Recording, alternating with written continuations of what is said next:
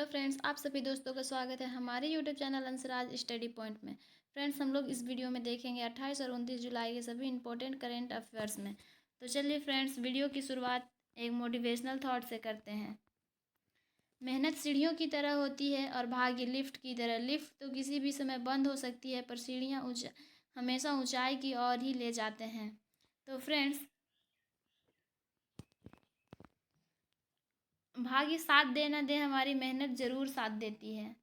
इसलिए हमें अपने लाइफ में हमेशा मेहनत करते रहनी चाहिए। तो चलिए फ्रेंड्स, शुरुआत करते हैं आज के करेंट अफेयर्स की।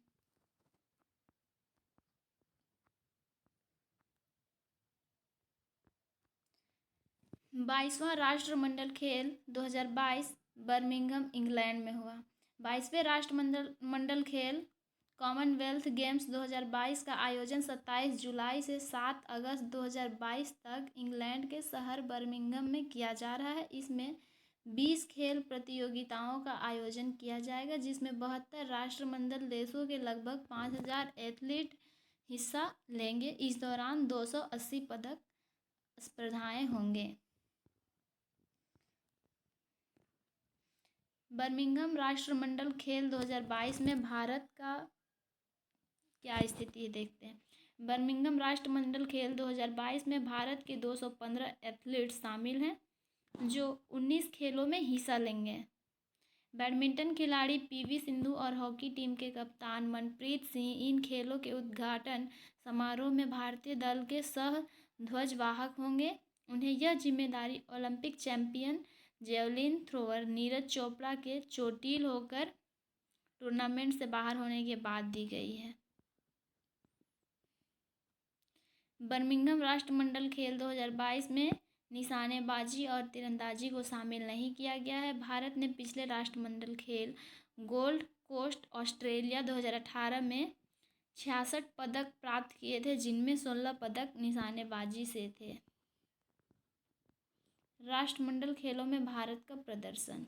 21वां राष्ट्रमंडल खेल 2018 ऑस्ट्रेलिया के गोल्ड कोस्ट में खेला गया था। इन खेलों में भारतीय दल ने कुल 66 पदक जीते, जिसमें 26 स्वर्ण और 20 रजत और 20 कांस्य पदक शामिल थे। 19वां राष्ट्रमंडल खेल 2010 भारत की मेज़बानी में पहली बार दिल्ली में आयोजित किया गया था। यह भारत के लिए सबसे सफल राष्ट्रमंडल खेल था। घरेलू सर्किट पर भारतीय एथलीट ने 101 पदक जीते, जिसमें 38 स्वर्ण, 27 रजत और 36 कांस्य पदक शामिल थे। बर्मिंघम राष्ट्रमंडल खेल 2022 एक दृष्टि। बर्मिंघम 2022 राष्ट्रमंडल खेल अद्वितीय है, क्योंकि पहली बार पुरुषों की तुलना में महिला प्रतियोगिताओं के लिए अधिक आयोजन होंगे। पुरुषों के 134 आयोजनों की तुलना में 136 महिलाएं स्पर्धा होंगी। 10 मिश्रित टीम स्पर्धाएं होंगी। पहली बार महिला क्रिकेट T20 को भी शामिल किया गया है। महिला क्रिकेट T20 में 8 टीमें हिस्सा लेंगी। ये टीमें भारत, पाकिस्तान, इंग्लैंड, दक्षिण Africa, Australia, New Zealand, West Indies, Sri Lanka हिस्सा है। क्रिकेट को पहली बार 1998 में कुआलालंपुर में हुए कॉमनवेल्थ गेम्स में शामिल किया गया था। तब 50-50 ओवर के पुरुषों के मैच हुए थे। दक्षिण अफ्रीका स्वर्ण पदक जीतने में सफल रहा था। बर्मिंघम राष्ट्रमंडल खेल 2022 में निशानेबाजी, तीरंदाजी, कलात्मक तैराकी, बास्केटबॉल, गेंदबाजी, तलवारबाजी, नौकायन और वाटर पोलो को शामिल नहीं किया गया था। रूस ने वर्ष 2024 के बाद अंतर्राष्ट्रीय अंतरिक्ष केंद्र छोड़ने का फैसला किया। रूस ने वर्ष 2024 के बाद अंतर्राष्ट्रीय अंतरिक्ष केंद्र छोड़ने का फैसला किया है। रूस की अंतरिक्ष एजेंसी रोसकॉस्मोस के अध्यक्ष यूरो बोरिसोव ने इस निर्णय की घोषणा की। यूक्रेन में रूस की सैन्य कार्रवाई और उसके खिलाफ लगाए गए प्रतिबंधों से रूस और पश्चिमी देशों के बीच बढ़ते तनाव के बीच यह घोषणा की गई। रूस और अमेरिकी पृथ्वी की कक्ष में 1998 में स्थापित अंतरिक्ष केंद्र के लिए मिलकर काम कर रहे हैं। अंतर्राष्ट्रीय अंतरिक्ष स्टेशन क्या है? चलिए फ्रेंड्स, देखते हैं अंतर्राष्ट्रीय अंतरिक्ष स्टेशन क्या है। अंतर्राष्ट्रीय अंतरिक्ष स्टेशन बाहरी अंतरिक्ष में मानव निर्मित उपग्रह है। इसे अनुसंधान और शोध के लिए बनाया गया है। इसे पृथ्वी की निकटवर्ती कक्षा में स्थापित किया गया है। ISS विश्व की कई स्पेस एजेंसियों का संयुक्त उपक्रम है। इसे बनाने में संयुक्त राज्य की नासा के साथ रूस की Russian federal space agency, Japan aerospace exploration agency, Canada की कनेडियन स्पेस एजेंसी और यूरोपीय देशों की संयुक्त यूरोपियन स्पेस एजेंसी काम कर रही हैं। भारत के 5 नए आर्द्रभूमि को रामसर स्थल का दर्जा दिया गया। रामसर कन्वेंशन के तहत भारत के 5 नए आर्द्रभूमि को रामसर स्थल सूची में शामिल किया गया है। इसमें 2 स्थल तमिलनाडु से और मिजोरम और मध्य प्रदेश से एक एक स्थल है। इन 5 स्थलों को शामिल किए जाने के बाद देश में कुल रामसर स्थलों की संख्या 54 हो गई है। जिन आर्द्रभूमि को रामसर स्थल का दर्जा दिया गया है उनमें शामिल है Pallikaranai Marsh reserve forest Tamil Nadu, Chennai में मीठे पानी का दलदल। सेकेंड है करिकिली पक्षी अभ्यारण्य तमिलनाडु, कोच्चि में 61.21 हेक्टेयर संक्षिप्त क्षेत्र में है। थर्ड है पिचवरम मैंग्रोव तमिलनाडु।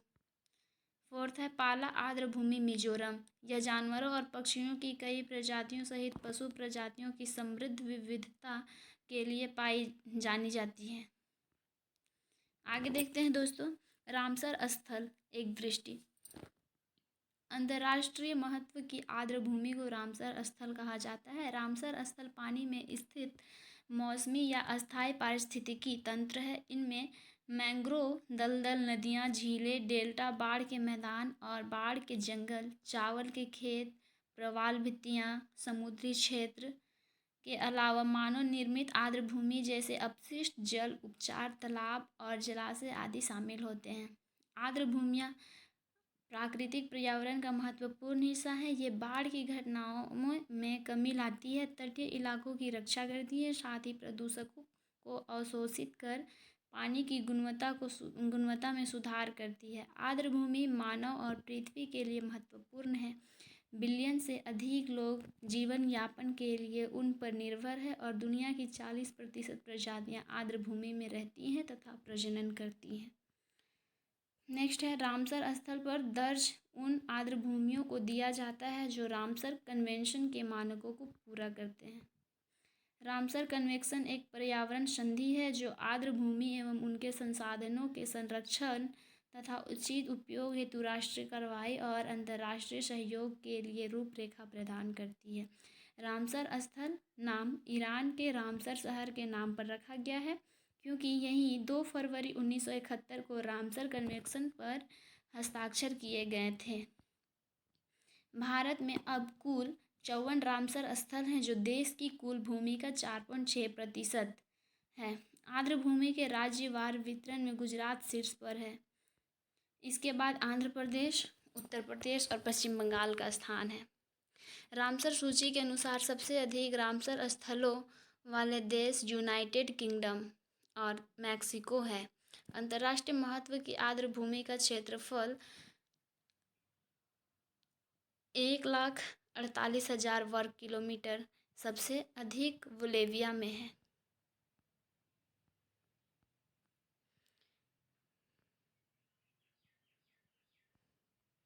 DAC ने 28.73 हजार करोड़ रुपये के हथियारों की खरीद के प्रस्ताव को स्वीकृति दी। चलिए फ्रेंड्स देखते हैं, रक्षा खरीद परिषद DAC ने 28.73 हजार करोड़ रुपये के हथियारों की खरीद के प्रस्ताव को स्वीकृति दी है। यह स्वीकृति रक्षा मंत्री राजनाथ सिंह की अध्यक्षता में 26 जुलाई को हुई DAC की बैठक में दी गई। चलिए फ्रेंड्स, इससे रिलेटेड मुख्य बिंदु देखते हैं। रक्षा क्षेत्र में आत्मनिर्भरता को प्रोत्साहन देने के लिए ये हथियार स्वदेश में डिजाइन, विकसित और विनिर्मित IDDM श्रेणी के तहत खरीदे जाएंगे।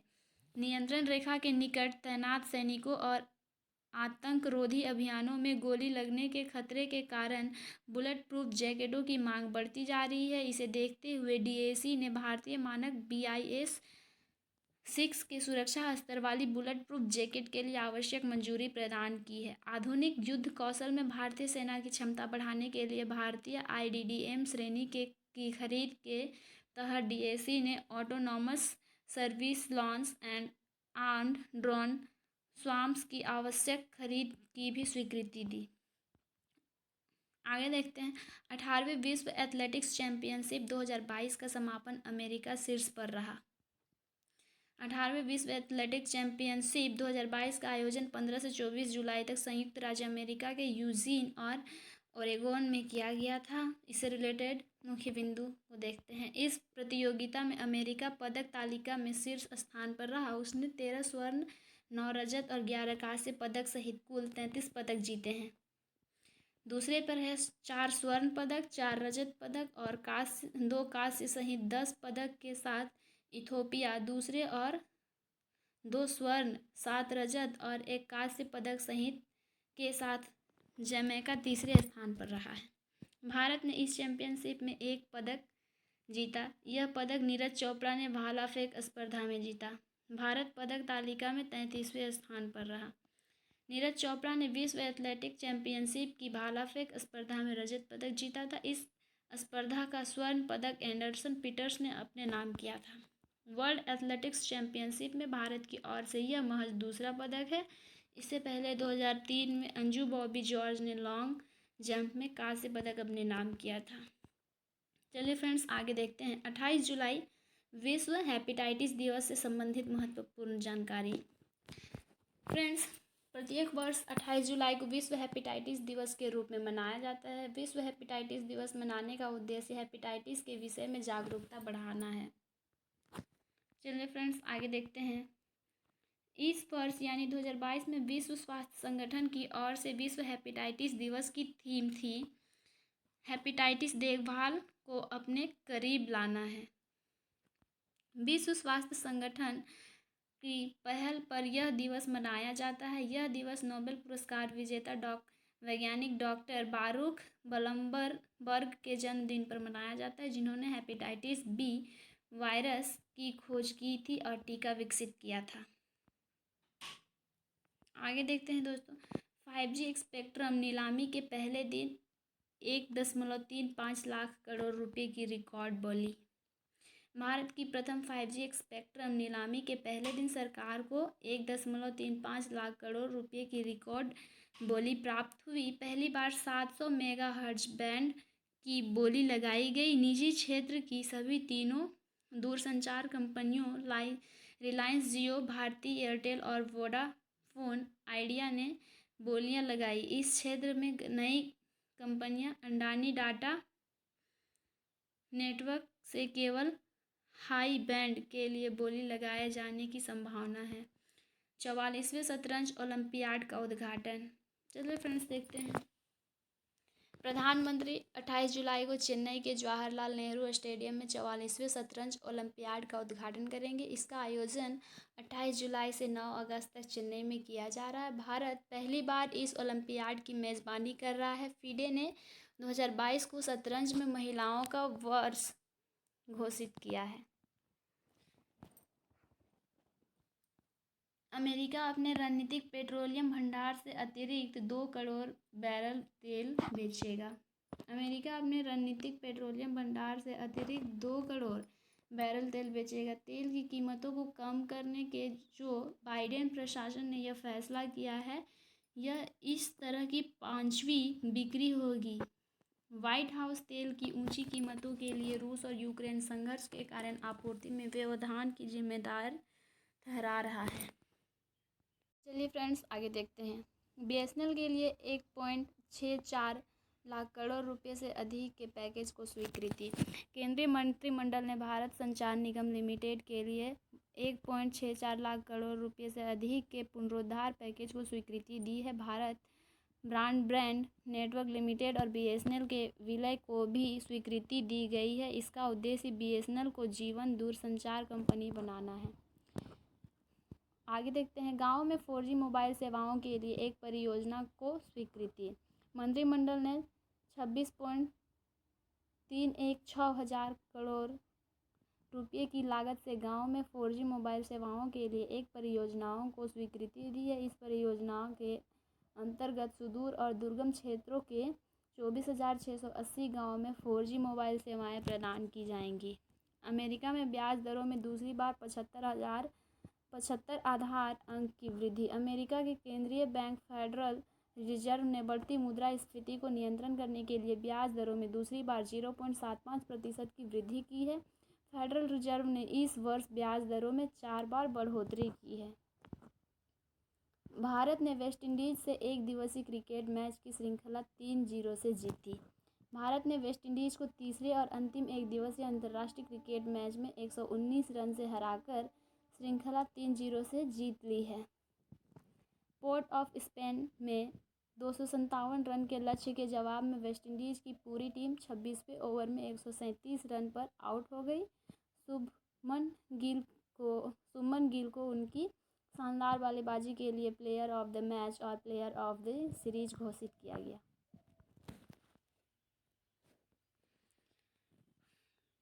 वीडियो को पूरा देखने के लिए बहुत बहुत धन्यवाद फ्रेंड्स। अगर वीडियो अच्छा लगे तो वीडियो को लाइक और चैनल को सब्सक्राइब कीजिएगा।